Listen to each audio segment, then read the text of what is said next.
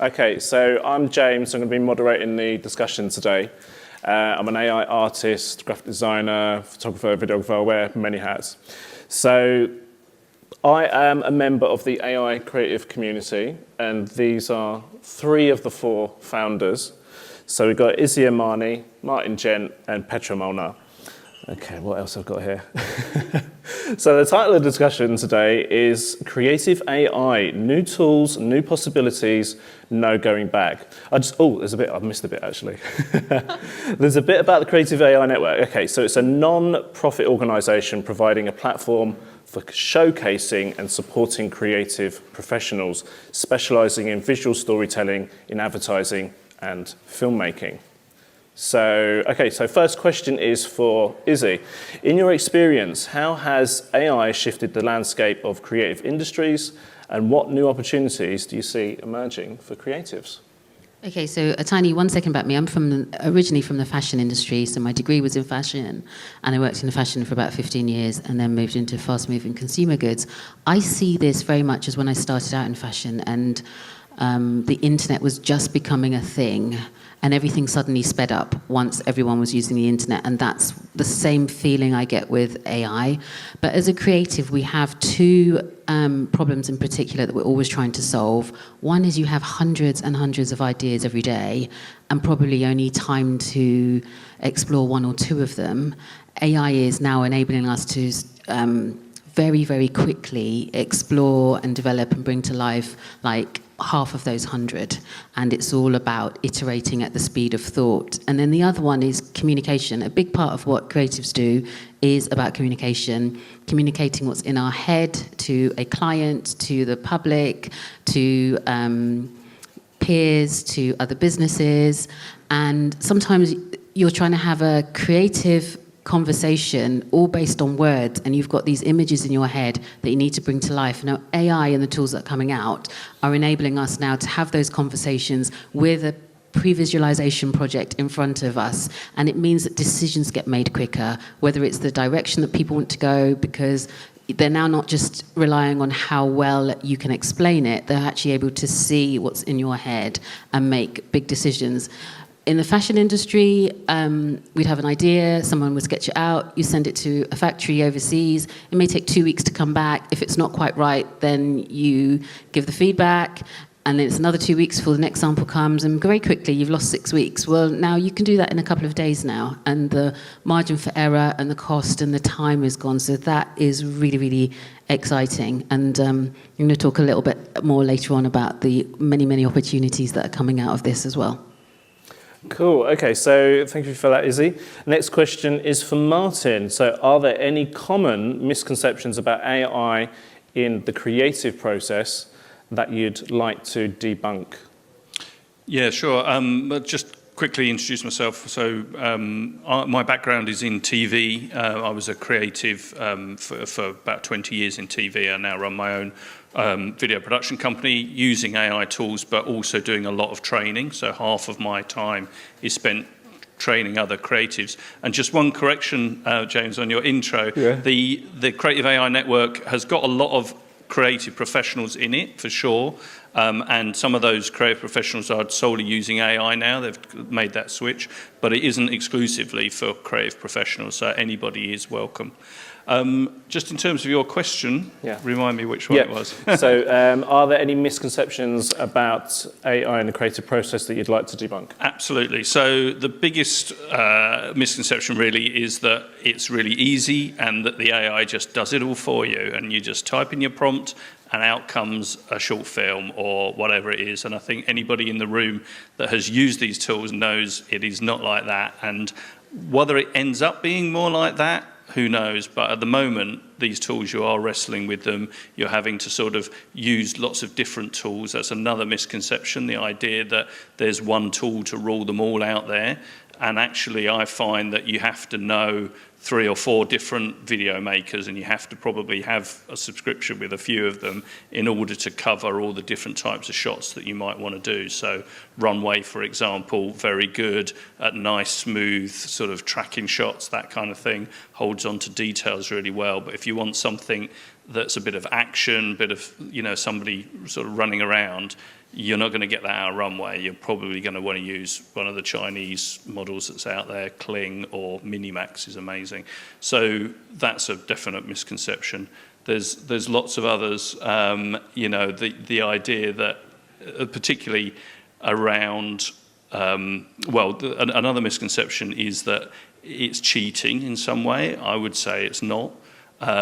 There's a misconception that it's just going to produce very derivative work, but it isn't like drawing off a database of existing work.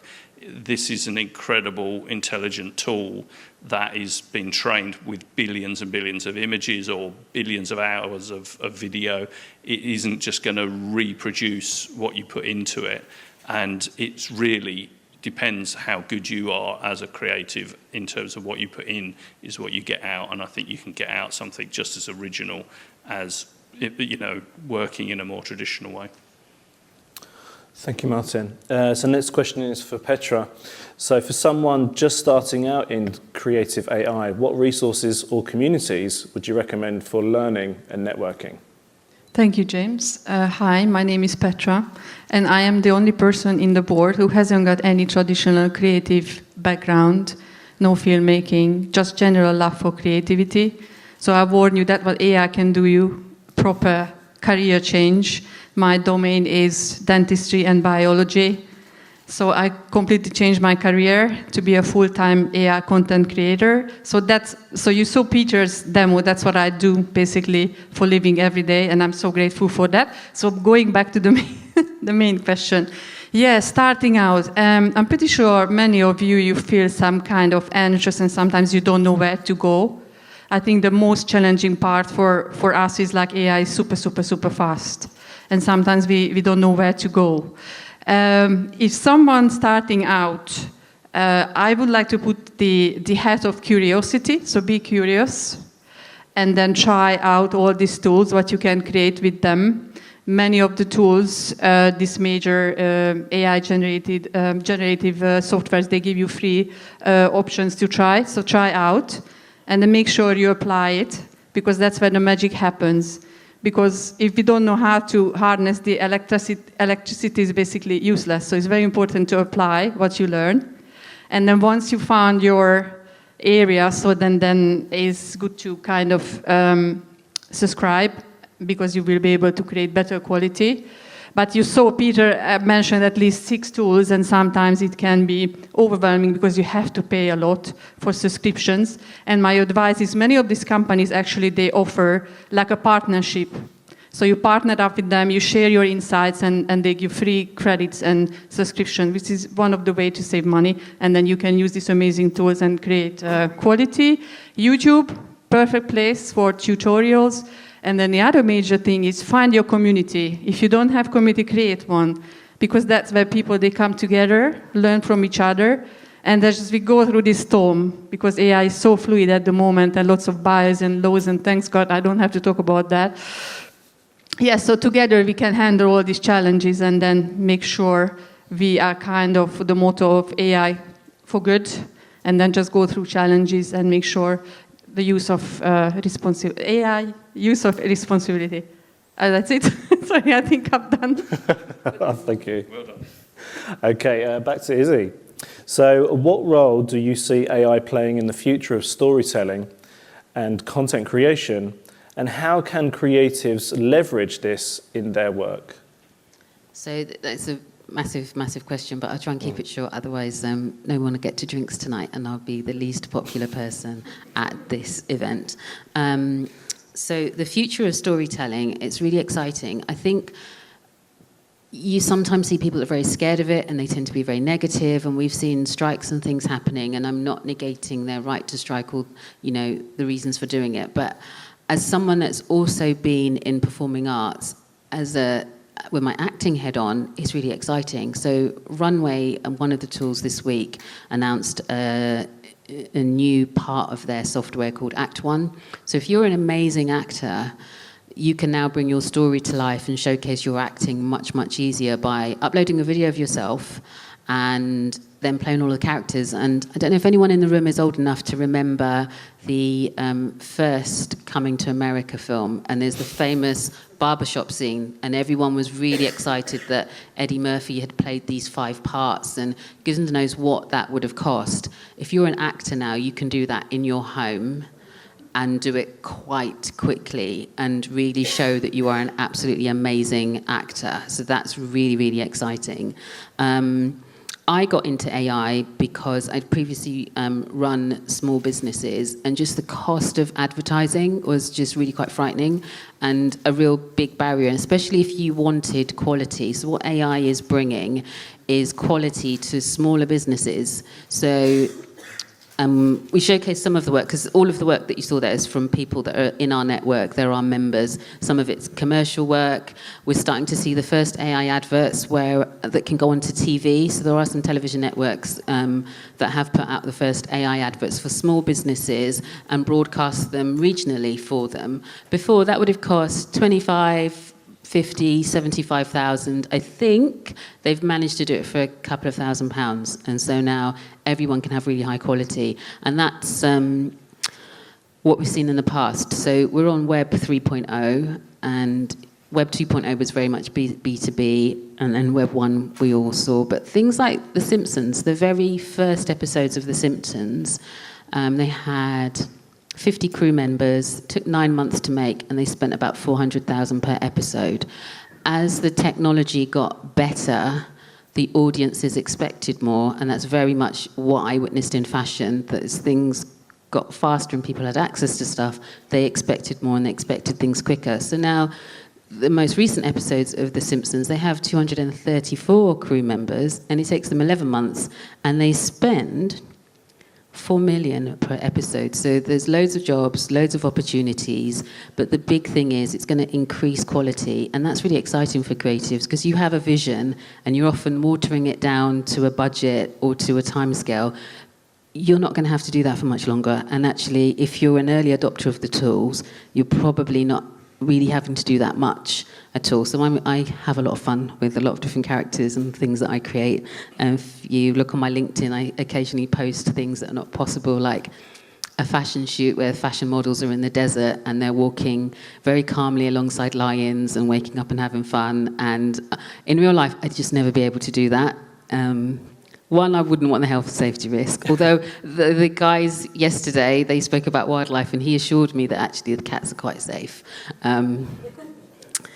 But I was able to do that in a couple of days from my home with tools like Midjourney, Photoshop, because you still have to do, it doesn't just spit out exactly what you want. There is some skill and some art to it, but that's really exciting that now a small fashion brand can have this amazing promotional video, and it can be done quite quickly and quite bespoke to them.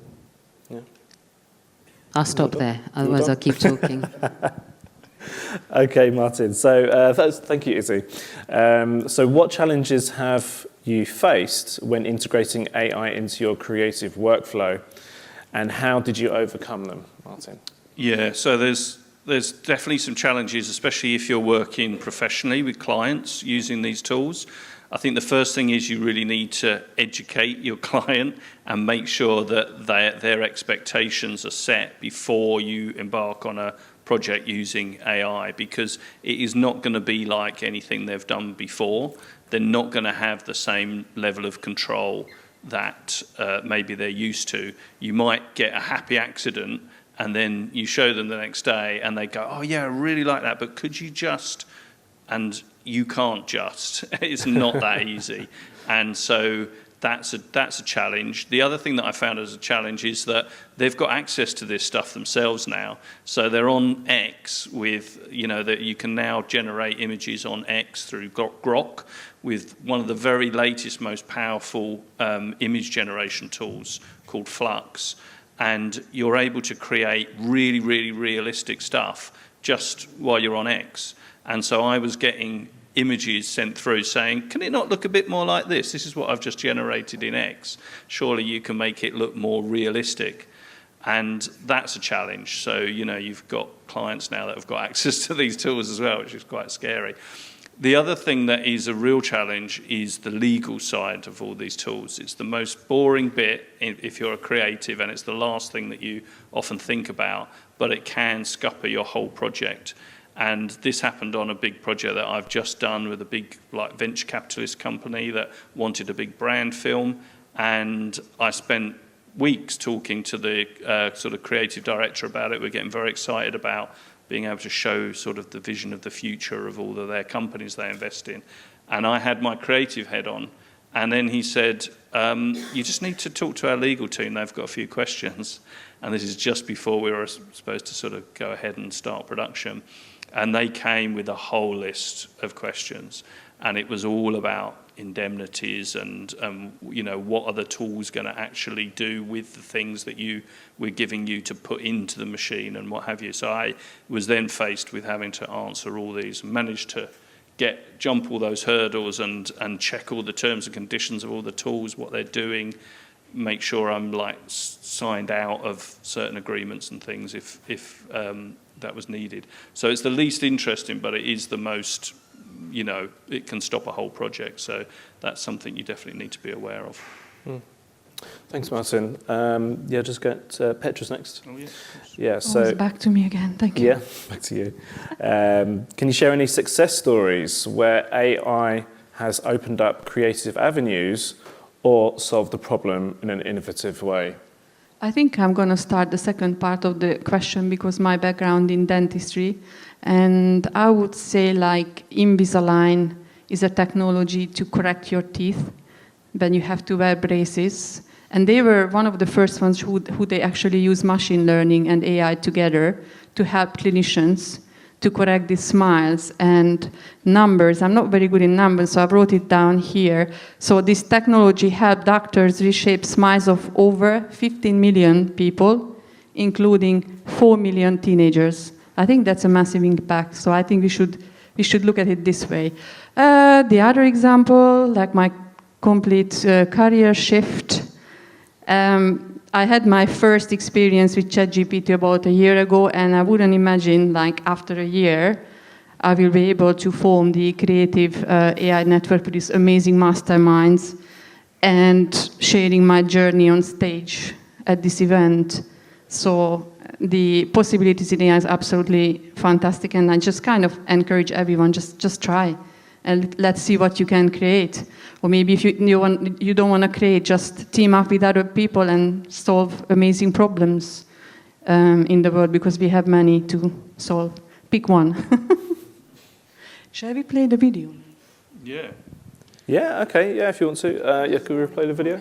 Yeah, shall I? Yeah, I better just give you a warning. So it is nearly Halloween, and one of the really good companies out there that do a lot of training, who I definitely recommend you go and look at their YouTube videos, are called Curious Refuge.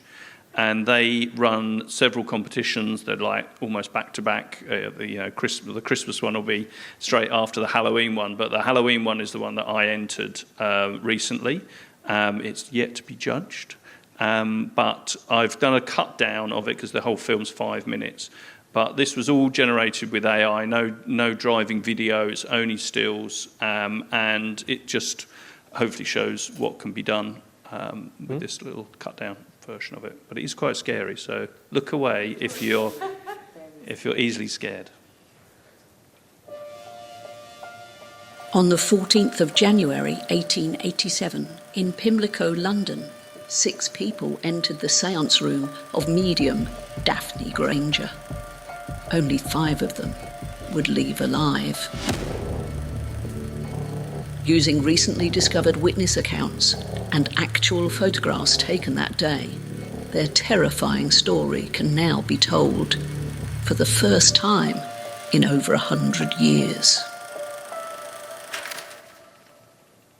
It was then that I noticed a change in Miss Granger's voice. Her speech took on a low and hideous tone.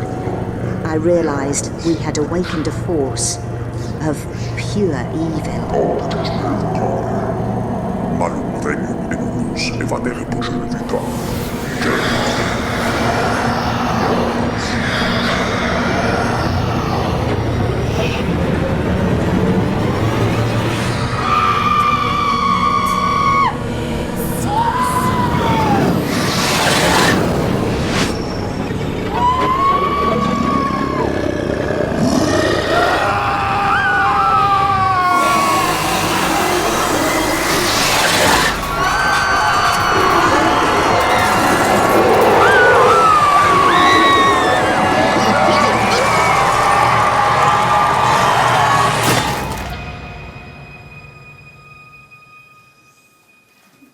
Don't have nightmares.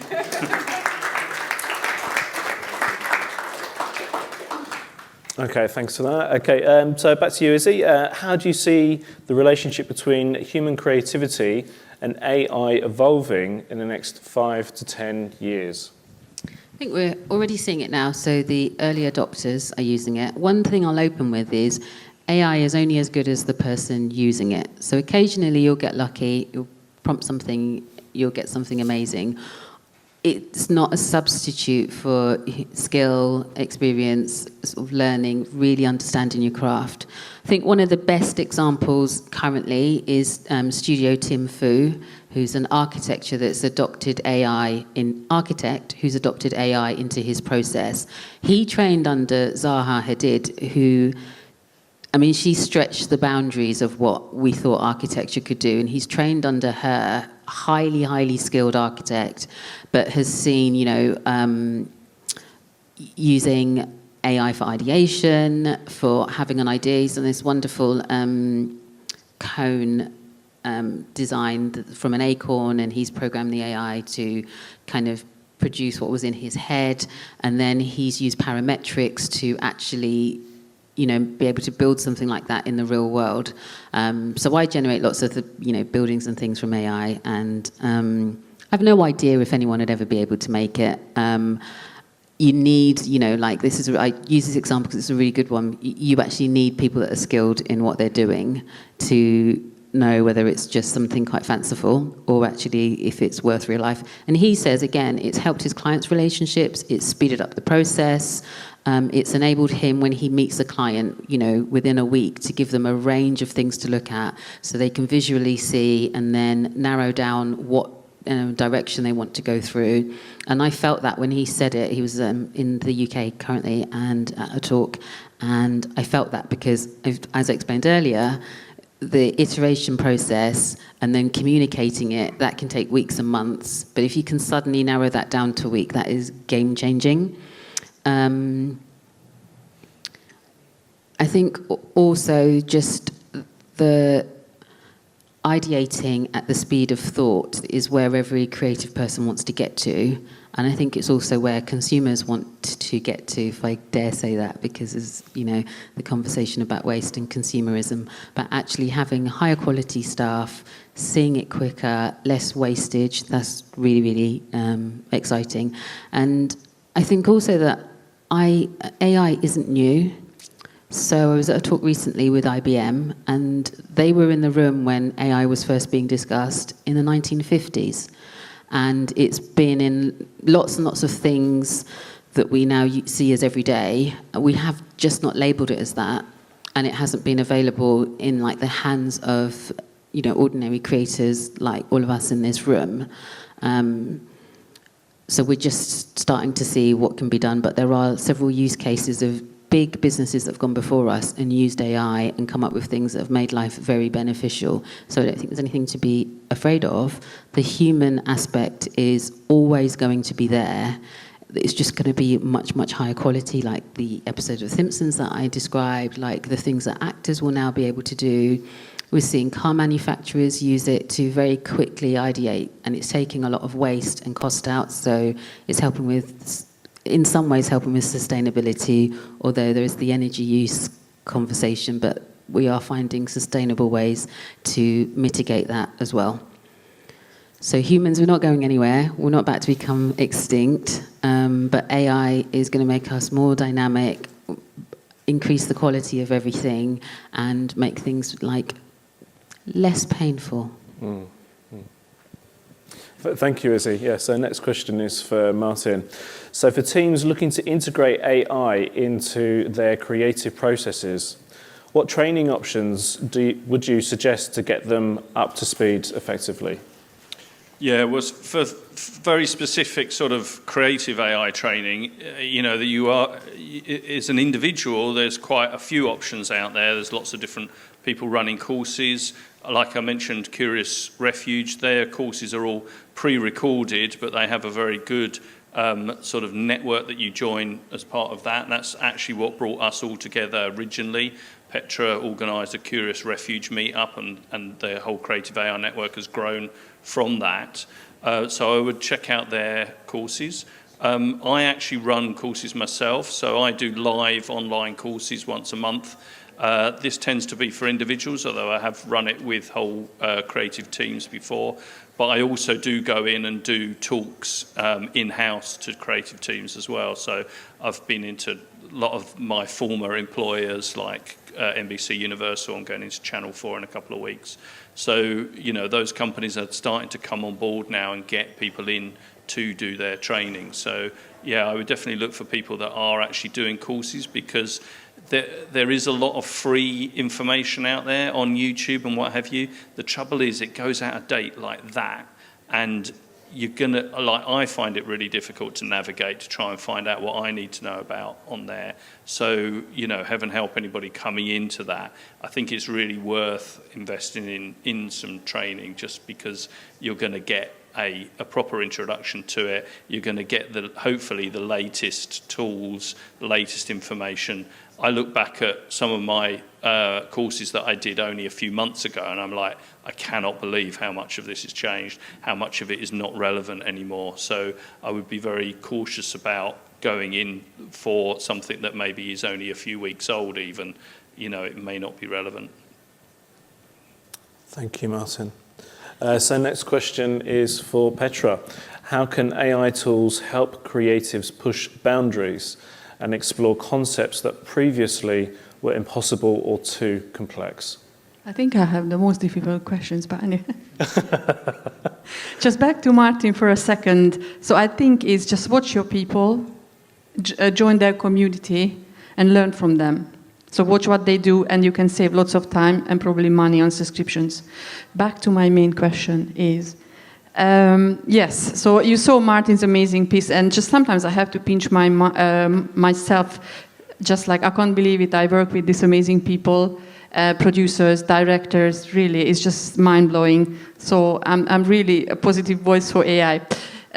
Yes, so for example, creating that piece on a traditional way, you might need a big budget, a crew, connections from Hollywood, whatever, just I gave an example. And now you need a decent computer. I'm saying decent because some of these tools, they can be really heavy on your system and they can cook them easily.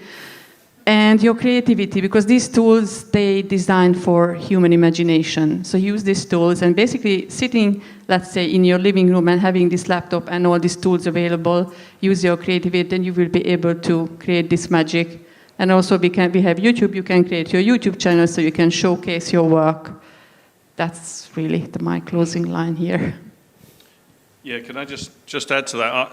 I went to film school like 20 years ago, so I actually know like a lot of people that would come out of the weekend. They've probably got the equipment. Have I done that in 20 years? No. As soon as now I've got access to AI, it's meant that I've started to be able to create short films again and realise some of the stories that have been going on in my head. So it is and I would just encourage people to have a go. That's where you're really going to start learning, is just having an idea in your head. You know, a lot of these tools have free subscriptions. You know, we've mentioned some of the sort of classics, your Midjourney, your Runway. Get in and have a little play. Some of the newer ones like Minimax are definitely worth checking out, and you'll just be amazed at what you can create if you haven't played with these tools yet. Is there any last words? I suppose what I'll add to it is, even from a fun point of view, if you go on, I think LinkedIn's the place to go now. Some of my friends have said, try this with your kids, you know, write a story and then bring it to life with AI.